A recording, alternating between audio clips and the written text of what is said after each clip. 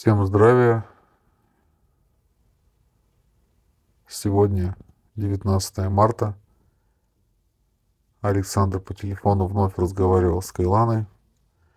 Он сообщил, что выборы в психиатрической больнице прошли спокойно. Раздали пациентам бюллетени.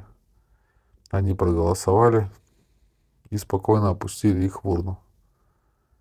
И разошлись по своим палатам. Также Виктор Алексеевич Егоров получил письмо от Александра Габышева. Это письмо Александр отправлял к 8 марта, но из-за задержек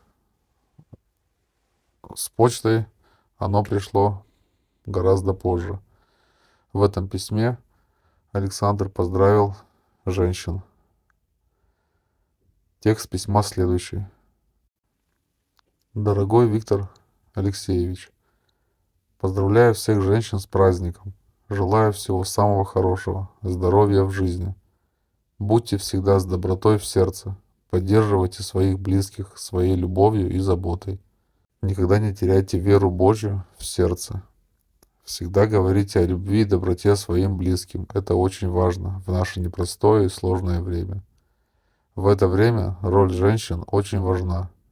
Женщины своей любовью и добротой близки к вере Божьей.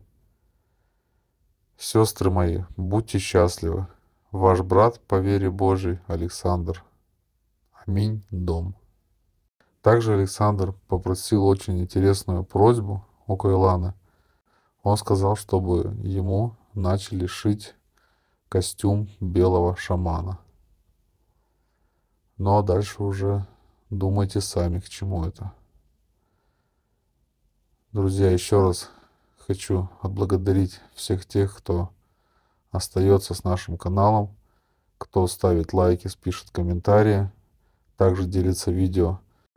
Ну и отдельное спасибо тем немногочисленным людям, которые материально поддерживают развитие канала. Это очень важно, чтобы канал и впредь существовал. Всем до встречи.